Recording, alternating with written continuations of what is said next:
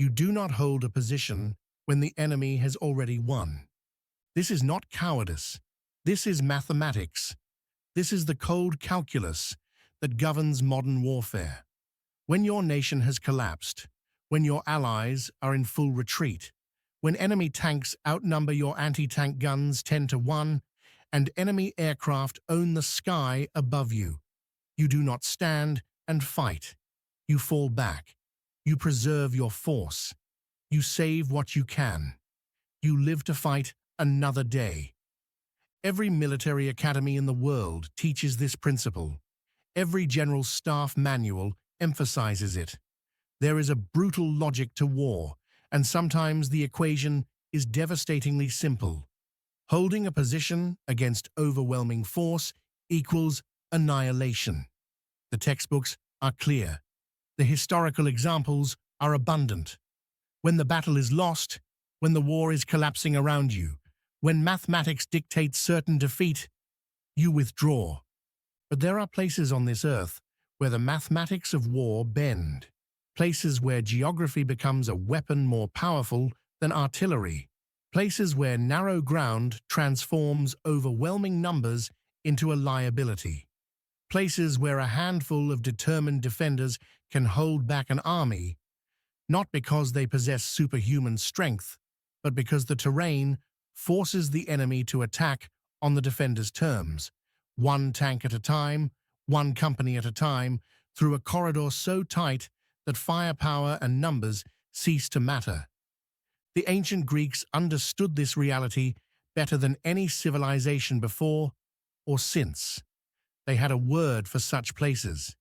They called them the gates, natural fortifications where a few brave men could hold back empires. And the most famous gate in all of military history is a mountain pass in central Greece called Thermopylae.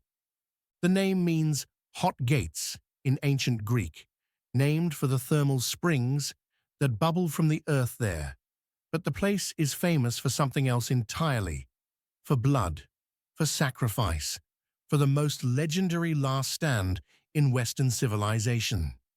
In 480 BC, King Leonidas of Sparta stood at Thermopylae with 300 of his royal guard, the finest warriors in Greece, and held that narrow pass for 3 days against the entire Persian Empire. King Xerxes commanded perhaps 200,000 soldiers.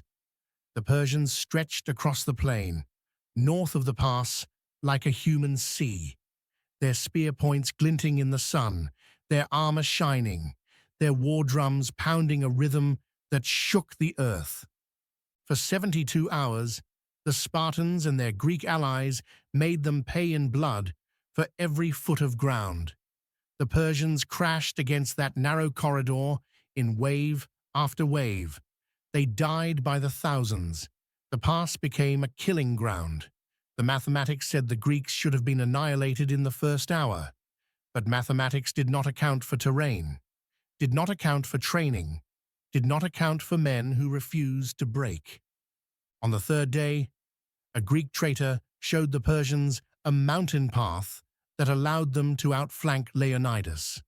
The Spartan king dismissed most of his forces and stayed with his 300 to cover the retreat. They fought to the last man. Every single Spartan died. But their sacrifice bought Greece time to rally, to prepare their navy, to eventually defeat Persia at the Battle of Salamis. The story became immortal. The place became sacred. For 24 centuries, Thermopylae stood as the ultimate example of courage against impossible odds. And then, in April 1941, history decided to repeat itself. The German Wehrmacht had invaded Greece.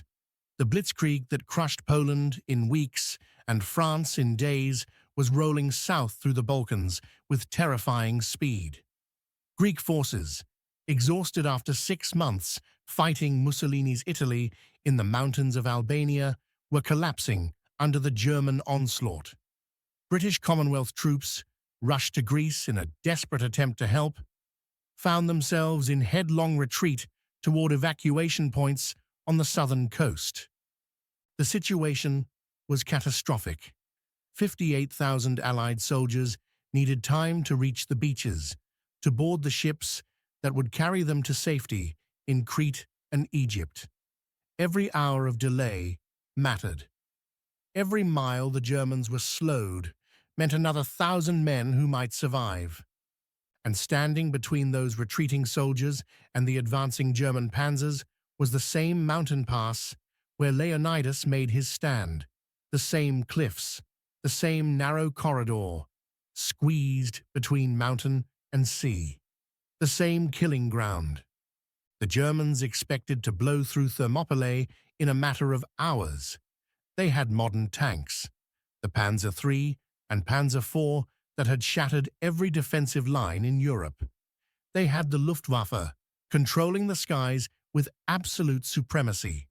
They had overwhelming numbers and the confidence of an army that had not lost a campaign since the war began. They had every advantage except one. They had never fought at Thermopylae. On April 24, 1941, Brigadier Harold Barrowclough of the New Zealand 6th Brigade stood at that ancient battlefield, looked at the same cliffs Leonidas had studied 2,400 years before, examined that same narrow pass, and made the same decision the Spartans had made. He decided to hold the line. Harold Barrowclough is 46 years old in April 1941. Born on June 23, 1894, in Masterton, New Zealand, he is a lawyer by profession and a soldier by calling. A veteran of the First World War, where he served with distinction at Gallipoli and on the Western Front, he rose through the peacetime ranks of the New Zealand Territorial Force and now commands the 6th Infantry Brigade, 3 battalions of New Zealand soldiers, some of the finest infantry in the British Empire.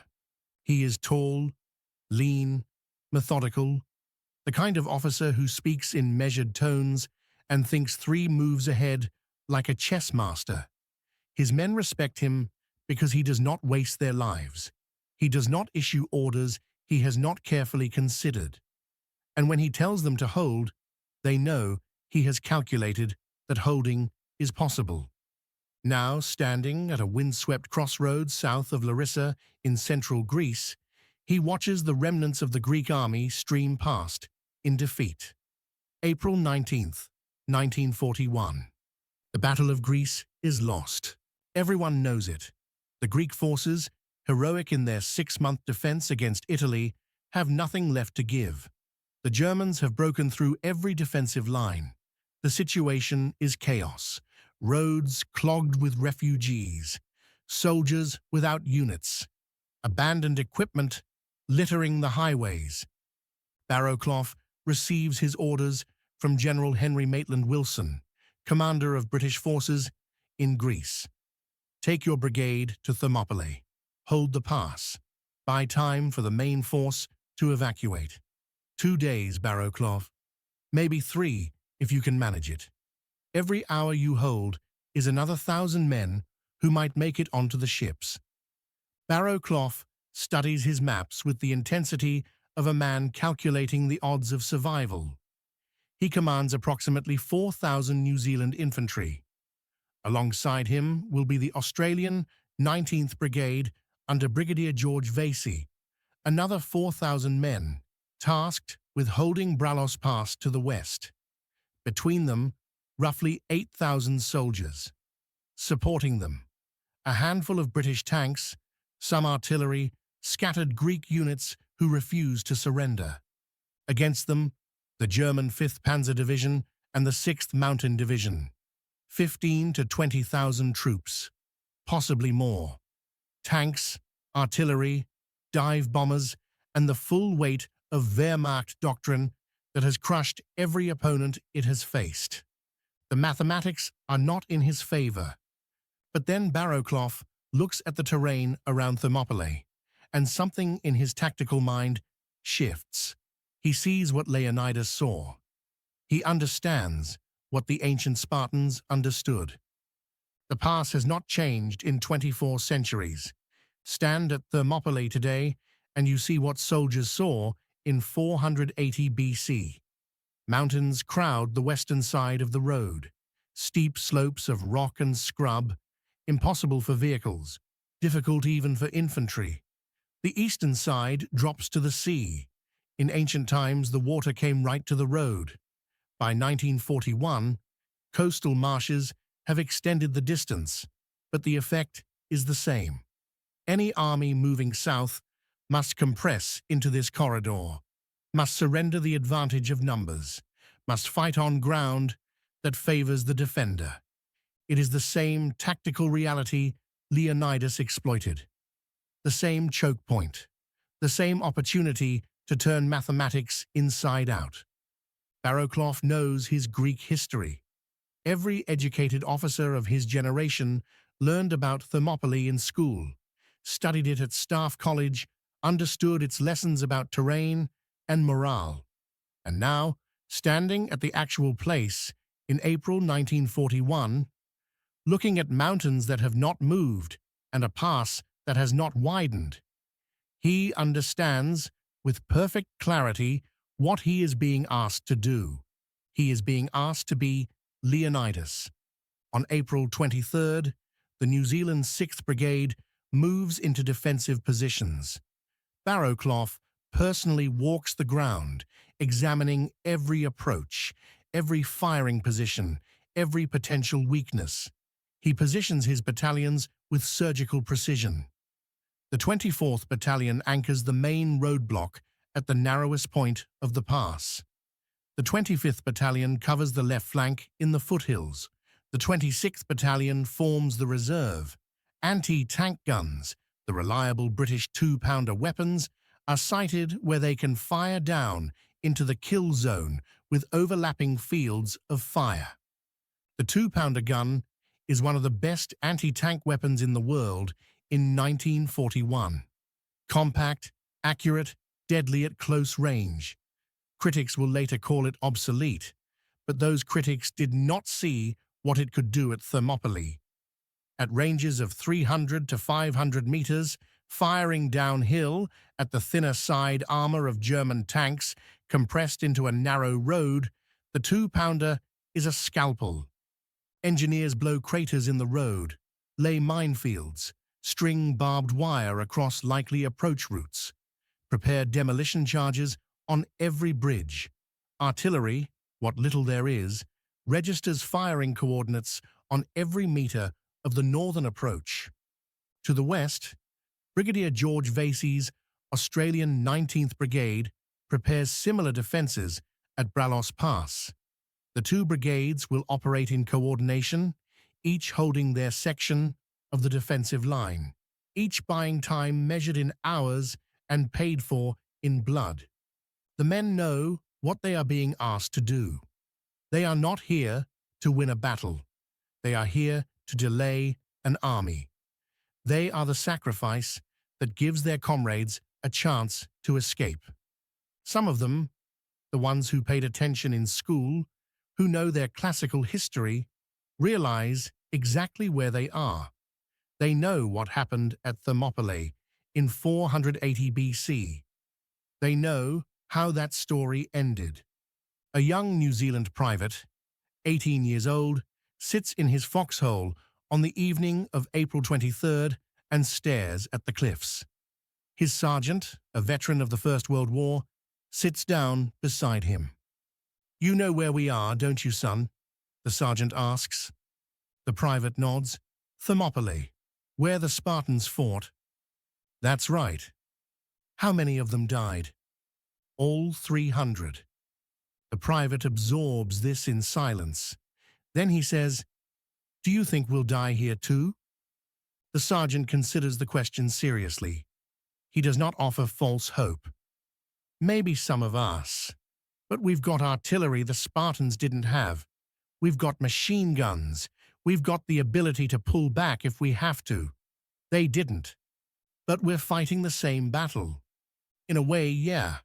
We're buying time with our lives. Same as they did."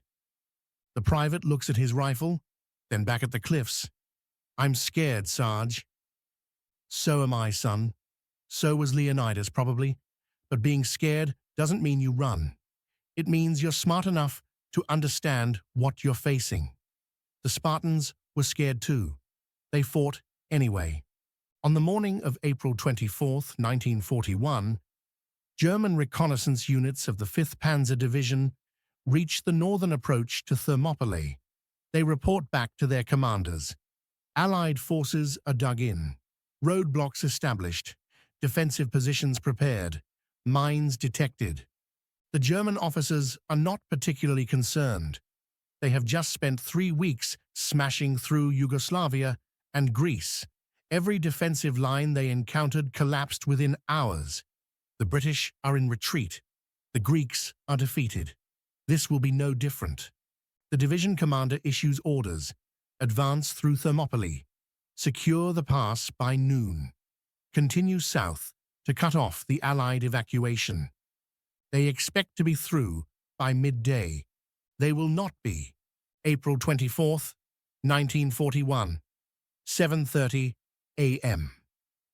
The morning sun rises over the Gulf of Lamia to the east, painting the cliffs of Thermopylae in shades of gold and shadow. The air is cool.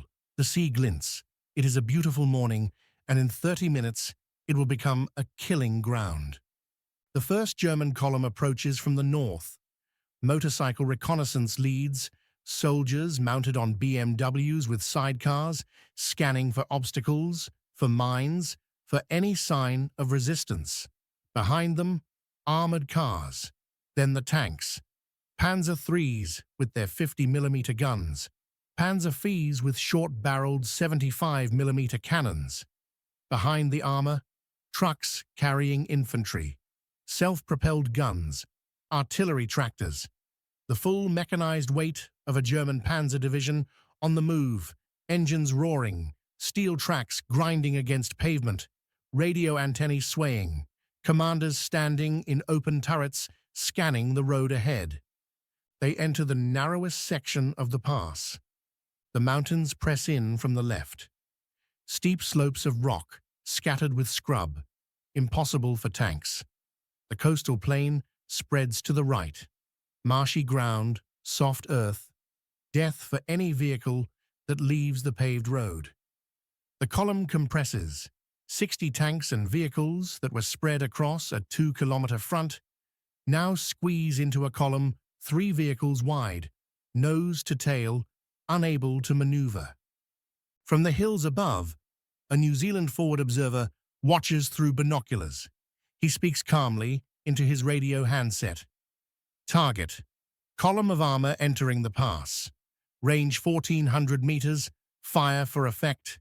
3 kilometers to the rear, New Zealand 25-pounder field guns elevate their barrels.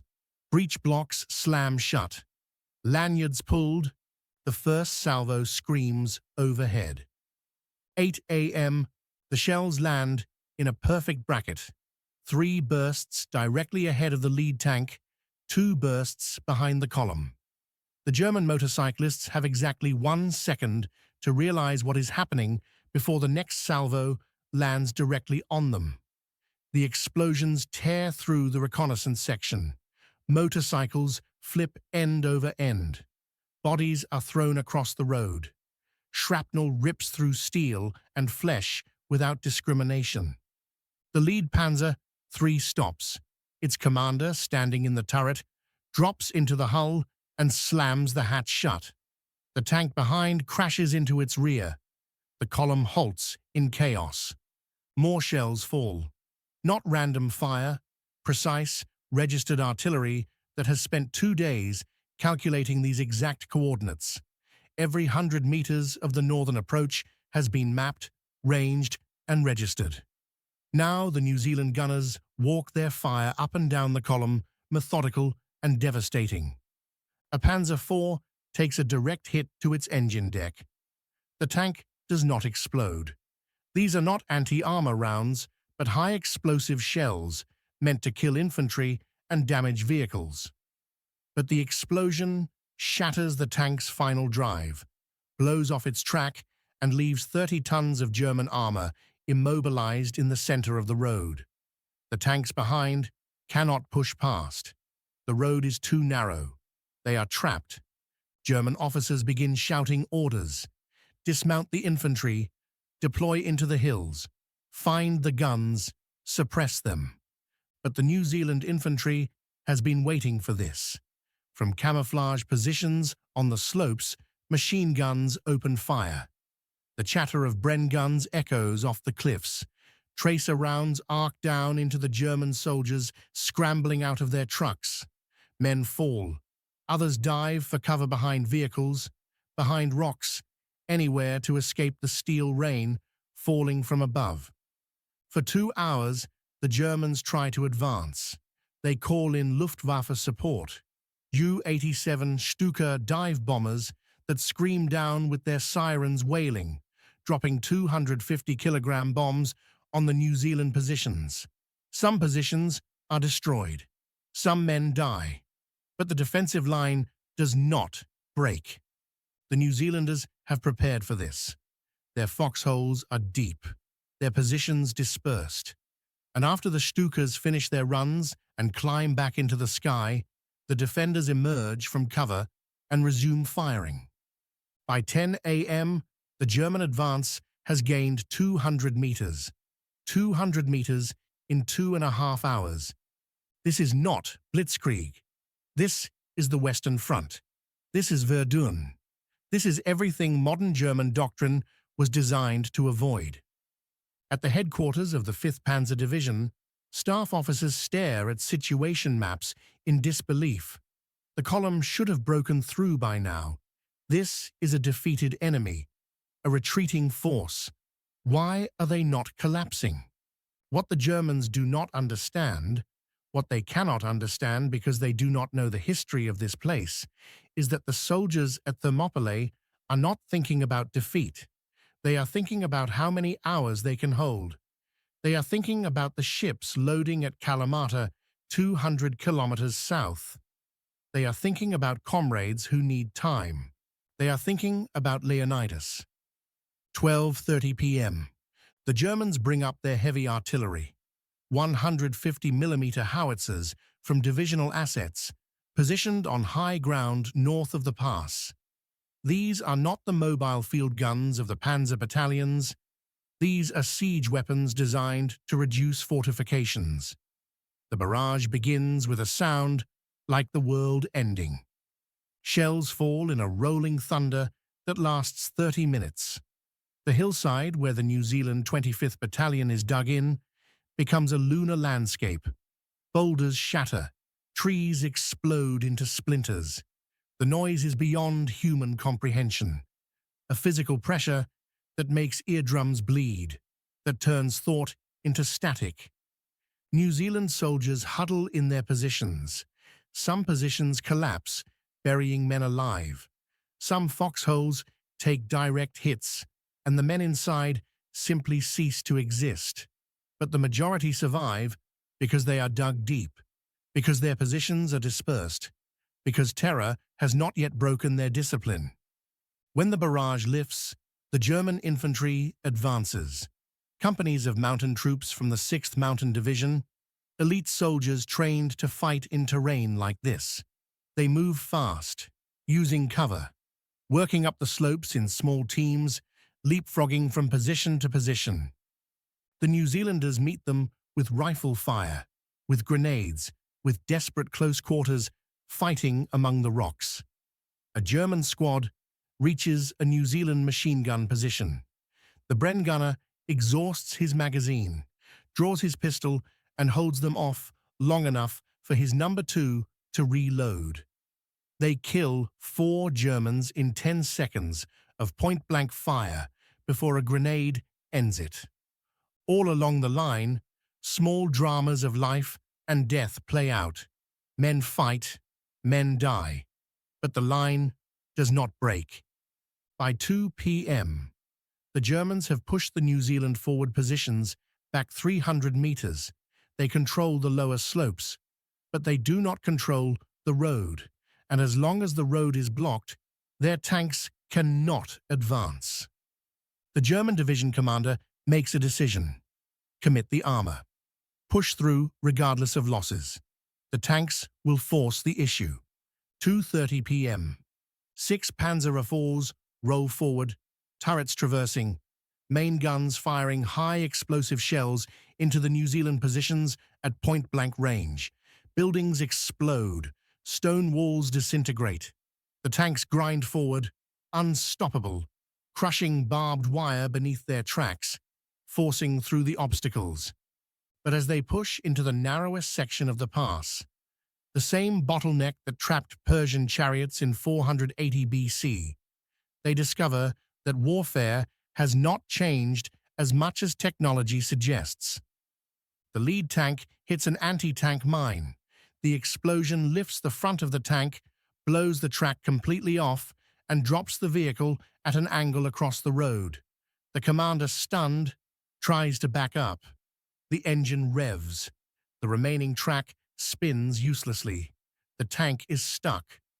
The 2nd Panzer IV cannot go around. The road is too narrow, the shoulders too soft. The tank stops, and from a concealed position, 250 meters ahead, a New Zealand 2-pounder anti-tank gun opens fire. The gun crew has been waiting for this moment. They have their range. They have their target. The gunner lays his sight on the junction of the tank's turret and hull, a weak point where armor is thinner. He fires. The 2-pounder round weighs less than a kilogram, but it is traveling at nearly 900 meters per second. At this range, it punches through the Panzer IV's side armor like a nail through tin. The penetration is catastrophic. The round enters the crew compartment, ricochets off internal structure, and detonates the ready ammunition stored beside the gun. The tank explodes from within. Flames jet from every hatch. The turret lifts off its ring and crashes back down at an angle. Now 2 tanks block the road. The column cannot advance.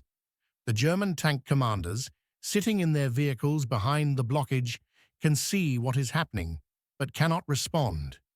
They are trapped in a steel traffic jam, while somewhere ahead, New Zealand anti-tank guns are picking their vehicles apart one by one. A 3rd Panzer IV tries to edge past the wreckage, pushing half onto the shoulder. Its track sinks into soft marsh ground. The driver guns the engine. The track spins, digging deeper. The tank is bogged.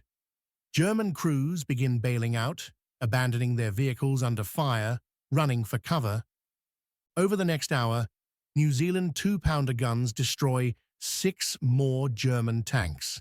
Not by lucky shots, not by overwhelming firepower, by patience, by precision, by gunners who wait for the perfect angle and then take it. The Germans will later claim they faced heavy anti-tank defenses at Thermopylae. They did not. They faced a handful of 2-pounder guns, expertly positioned, manned by crews who understood that in this narrow pass, quality mattered more than quantity. By 4 p.m. on April 24th, the German 5th Panzer Division has lost 15 tanks, destroyed or disabled. They have advanced less than 1 kilometer in 8 hours. Casualties are mounting. The division commander, furious, issues new orders. Night attack. Use darkness to infiltrate. Flank the position. But night favors the defender. The New Zealanders have prepared for this too. They lay trip flares. They establish interlocking fields of fire. When German infantry tries to move through the darkness, they walk into pre-registered mortar fire and machine gun ambushes. The night is chaos. Small firefights erupt across the hillside. Flares hang in the sky, casting stark shadows. Mortars flash and boom. By dawn, the Germans have gained another 300 meters at the cost of 200 casualties.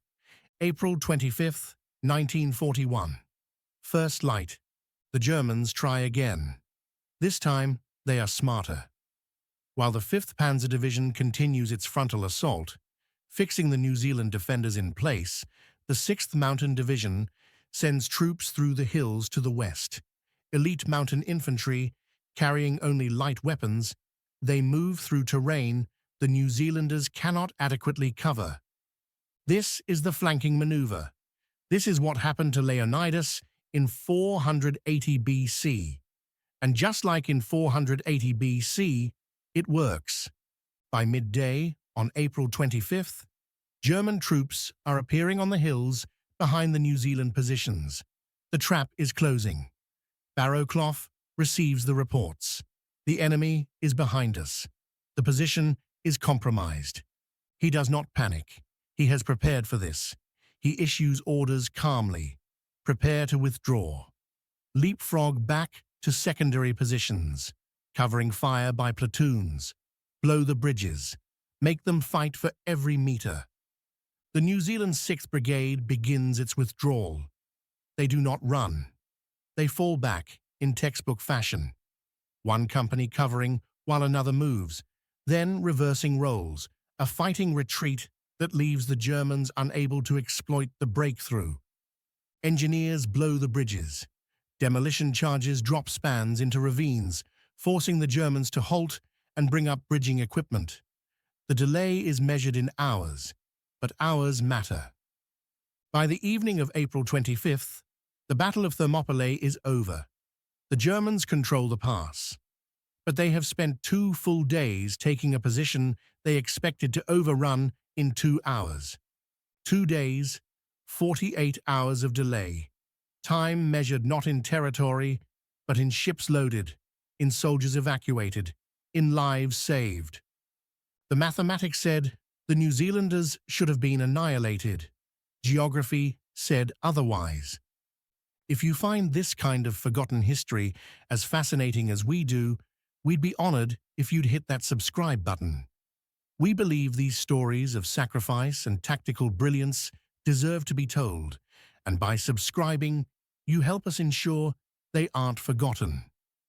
The German High Command reviews the Thermopylae action with mounting frustration. Field Marshal Wilhelm List, commanding the German 12th Army, reads the casualty reports and the timeline. 2 days to force a single mountain pass. 15 tanks destroyed. Over 300 casualties. Resources diverted. Momentum broken. This was not supposed to happen. The entire Balkan campaign, Yugoslavia and Greece combined, was planned as a 3-week operation. A quick knockout blow before turning the Wehrmacht east toward its true objective, the Soviet Union. Operation Barbarossa, the invasion of Russia, is scheduled for mid-May. Every day spent in Greece is a day lost to the Russian campaign. And now Thermopylae has cost them 2 days they did not anticipate losing. German staff officers study maps and timelines. They calculate the ripple effects. The delay at Thermopylae forced the postponement of the assault on the evacuation beaches. That postponement allowed an additional 15,000 Allied soldiers to board ships and escape. Those soldiers will fight again in North Africa, in Italy. Some will survive to participate in D-Day. But the strategic impact goes deeper than numbers. Thermopylae revealed something the Wehrmacht did not want to acknowledge. The Blitzkrieg has exploitable weaknesses. When forced into terrain where armor cannot maneuver, where air superiority is negated by weather or dispersed positions, where defenders can use geography to neutralize numerical advantage, the German military machine bleeds. This lesson will echo through the coming years of war. When Germany invades the Soviet Union in June 1941, they will encounter countless situations where narrow roads, dense forests, and determined defenders turn their advance into grinding attrition. Stalingrad, Leningrad, the Rzhev salient, places where overwhelming firepower and superior tactics are not enough, where defenders hold because surrender is unthinkable. The ghosts of Thermopylae will haunt every one of those battles. But there is another ripple, more immediate and more personal. Approximately 50,000 Allied troops were evacuated from Greece in late April 1941. The Thermopylae delay made that evacuation possible. These are not abstract numbers. These are soldiers with names, families, futures. They had homes to return to, children to raise, lives to live. They went on to fight in North Africa, at El Alamein, in Italy. Some survived to liberate Greece in 1944. Some returned home and became teachers, builders, fathers. Some lived into their 80s, carrying memories of the 2 days when Thermopylae held. Every one of them represents a life that would have been lost had the German panzers broken through on April 24th. The 2-day stand at Thermopylae saved thousands of lives. That is the debt owed to Harold Barrowclough and the 8,000 soldiers who held the line. Every man who escaped Greece because of the Thermopylae delay represents a life that would have ended in a prisoner of war camp or a shallow grave. Every one of them is a debt owed to Harold Barrowclough and the 8,000 soldiers who held the line. And here is the parallel that historians cannot ignore, the poetry that refuses to be accidental. In 480 BC, King Leonidas and 300 Spartans held Thermopylae for 3 days. They all died, but their sacrifice bought time for the Greek fleet to escape and regroup at Salamis. That delay allowed the Greeks to rally, to prepare, to eventually defeat the Persian invasion. The 300 died so that Greece could live. In 1941 AD, Brigadier Barrowclough and 8,000 Allied soldiers held Thermopylae for 2 days. Most survived. Their sacrifice bought time for 50,000 soldiers to escape and regroup in Egypt. That delay allowed the Allies to preserve a fighting force, to rebuild, to eventually return to Greece in 1944 and liberate it. The 8,000 held so that 50,000 could live. Same ground, same mission, same mathematics turned inside out. 2,400 years apart. When German officers later write their memoirs and accounts of the Greek campaign, several mention Thermopylae with a tone that borders on superstition. General Major Ferdinand Schörner, who commanded mountain troops in the 6th Mountain Division, writes in his post-war interrogation, "We expected to march through Thermopylae as easily as through any other pass. Instead, we found ourselves fighting a battle that felt older than our tanks, older than our doctrine. The ground itself seemed to resist us. Our men spoke of ghosts." An SS officer, whose unit participated in the flanking movement, records in his diary, "The defenders at Thermopylae fought with a determination I have not seen before. It was as if they knew this ground was sacred, as if they were defending something more than a road. We took the pass, but we did not conquer it. I do not think anyone ever truly conquers Thermopylae. They did not know how right they were. The ground is sacred. The pass has memory." And in April 1941, the ghosts of 300 Spartans stood beside 8,000 Allied soldiers and whispered the same command they obeyed 24 centuries before. Hold the line. Make them pay for every meter. Buy time for your brothers. Do not break. And they did not break. To the west, at Bralos Pass, Brigadier George Vasey's Australian 19th Brigade fought their own parallel battle. While the New Zealanders held the eastern corridor at Thermopylae, the Australians held the western approach. Same terrain, same tactics, same impossible mathematics defied. The Australians faced elements of the German 6th Mountain Division, trying to outflank the main defensive line. For 2 days, Australian infantry held positions in the hills, exchanging fire with German mountain troops, calling in artillery on German columns, mining roads, blowing bridges. The Australian casualties were as remarkably light as the New Zealand losses, testament to good defensive positions, disciplined fire control, and terrain that favoured the defender. When the withdrawal order came on April 25th, the Australians pulled back in the same professional manner as their New Zealand counterparts. Together, the two brigades, New Zealand and Australian, fighting side by side in the classical tradition of Anzac cooperation, held the Thermopylae Bralos line for 48 hours against a force 3 times their size supported by tanks and aircraft. The official New Zealand history of World War II will later describe the Thermopylae action with characteristic understatement. The brigade carried out its mission successfully, delaying the enemy advance and allowing the evacuation to proceed as planned. Casualties were light. The position was held for the required time. Light casualties. Required time. Mission successful. Beneath that dry official language lies a more profound truth. 8,000 men stood at the most famous defensive position in Western military history and proved that the ancient lessons still hold. That geography still matters. That courage still counts. That sometimes in the right place, a few determined soldiers can hold back an empire. Just like 2,400 years ago, Brigadier Harold Barrowclough survives the Battle of Greece. He is evacuated from the beaches south of Thermopylae, boards a Royal Navy destroyer, and sails to Crete. When Crete falls to German airborne assault in late May, he evacuates again, this time to Egypt. He does not speak much about Thermopylae, not in official reports, not in interviews.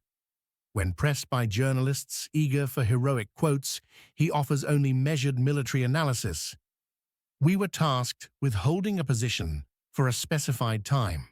The terrain favored defense. We accomplished the mission. But those who served under him tell a different story. They speak of a commander who walked the ancient ground with reverence, who understood what it meant to fight, where Spartans died, who told his officers, "Leonidas held for 3 days with 300 men. We have 8,000 and modern weapons. We will hold for as long as required." They speak of a man who studied the hills with the eye of a historian and positioned his forces with the precision of a chess master, who remained calm under artillery fire that would break lesser men, who issued retreat orders with the same composure he showed issuing advance orders because he understood that withdrawing successfully from Thermopylae was just as important as holding it. Barrowclough continues to command throughout the war. He leads New Zealand forces in North Africa, where they fight at Mincarcaim and again demonstrate that Commonwealth infantry, properly positioned and well led, can hold against superior German armor. He fights in Italy. He rises to the rank of Lieutenant General. He returns to New Zealand in 1945, resumes his law practice in Auckland, and lives quietly. He rarely discusses the war. When the 1962 film The 300 Spartans is released, telling the story of Leonidas at Thermopylae, someone asks him if he has seen it. He smiles and says, "I know how that story ends." He dies on March 4, 1972, at the age of 77. His obituaries mention his First World War service, his command in the Second World War, his legal career. Most give Thermopylae a single paragraph. None of them understand what it meant to fight where Spartans fought, to hold where Leonidas held, to prove that some ground never surrenders. But the soldiers who served at Thermopylae remember. In 1947, the New Zealand government erects a memorial at Thermopylae. It stands near the ancient monument to Leonidas, a simple stone marker with a bronze plaque. The inscription reads, "To the memory of the soldiers of New Zealand and Australia who in April 1941 held this pass against the German invader. Their sacrifice allowed thousands of their comrades to reach safety." 50 meters away stands the ancient monument to the Spartans. The epitaph, composed by the poet Simonides in 480 BC, has weathered for 24 centuries. "Go tell the Spartans, stranger passing by, that here, obedient to their laws, we lie." 2 monuments, 2 battles, 2,400 years between them, both honoring men who stood in the same narrow pass and refused to break. If you visit Thermopylae today, and you should because some places demand pilgrimage, you will see both memorials. You will see the cliffs where defenders positioned themselves in 480 BC and 1941 AD. You will see the road that has been widened and paved but still follows the same route. You will see the mountains that have not moved and the sea that still gleams to the east. And if you stand between those 2 monuments and look north toward where both armies approached, you will feel something that defies easy description: the weight of history, the presence of ghosts, the understanding that this ground has seen men at their best and their worst, that geography and courage have collided here twice across an impossible span of time, and that the result was the same both times. The pass held. The casualties from Thermopylae 1941 were, as military operations go, remarkably light. The New Zealand 6th Brigade lost fewer than 50 men killed over the 2-day action. The Australian 19th Brigade suffered similar losses. Greek units attached to the defence lost perhaps 40 men. Wounded numbered in the low hundreds. Compare these numbers to the bloodbath of the ancient battle. 7,000 Greeks dead, including all 300 Spartans. Compare them to what could have happened if the Germans had broken through on the first day, trapped the entire Allied force, and forced a surrender. The defenders of Thermopylae in 1941 were extraordinarily fortunate. They had artillery to keep the enemy at range, machine guns to create overlapping fields of fire, the ability to withdraw when the position was flanked. Leonidas had none of these advantages, but both forces, ancient and modern, had the same fundamental weapon: terrain that turned mathematics into a lie, a narrow pass that forced empires to attack on the defenders' terms, geography that made numbers meaningless. And both forces made the same choice: to stand when logic said retreat, to hold when mathematics said collapse, to fight because some ground, some duty, some honor is worth defending even when the outcome seems hopeless. That choice echoes across 24 centuries. The men who held Thermopylae in 1941 are nearly all gone now. Harold Barrowclough died in 1972. George Vasey was killed in an aircraft accident in 1945. But their story endures. It endures because it taps into something fundamental about human nature and warfare. The understanding that there are places where courage can defeat numbers, where a few good men in the right position can hold back an army, where geography and determination matter more than firepower. It endures because it proves that history does not just rhyme. Sometimes it repeats word for word, on the same ground, under the same mountains, with the same impossible mathematics turned inside out by the same kind of courage. And it endures because Thermopylae itself endures. The pass is still there. The mountains have not moved. The road still runs through the same narrow corridor. And if another army ever marches south through Greece, the defenders will stand in the same positions, use the same tactics, face the same calculations. Some truths are eternal. Some places are sacred, and Thermopylae is a place where, twice in 24 centuries, ordinary men became heroes by doing something very simple. They held the line when everyone expected them to break. Leonidas held for 3 days with 300 Spartans. Barrowclough held for 2 days with 8,000 soldiers. Both bought time measured in hours and paid for in courage. Both delayed empires. Both proved that some mathematics can be defied. And both remind us that the ground beneath our feet has memory, that the past is not as distant as we imagine, and that the choice to stand and fight when everything says you should run, that choice echoes forever. If this story moved you, please hit that like button. Every click tells the algorithm this piece of history is worth remembering. We're dedicated to rescuing these forgotten stories from the archives. If you want to join us on this mission, please subscribe and turn on notifications. Where are you watching from? Drop a comment with your city or country and tell us if someone in your family served. The connection between past and present is stronger than we think. Thank you for ensuring that Brigadier Harold Barrowclough, Brigadier George Vasey, and the 8,000 men who held Thermopylae in April 1941 do not disappear into silence.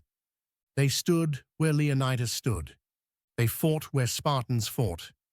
They held where empires were stopped. And they proved that some ground, some duty, some honor is worth defending, no matter what the mathematics say. They deserve to be remembered. Always.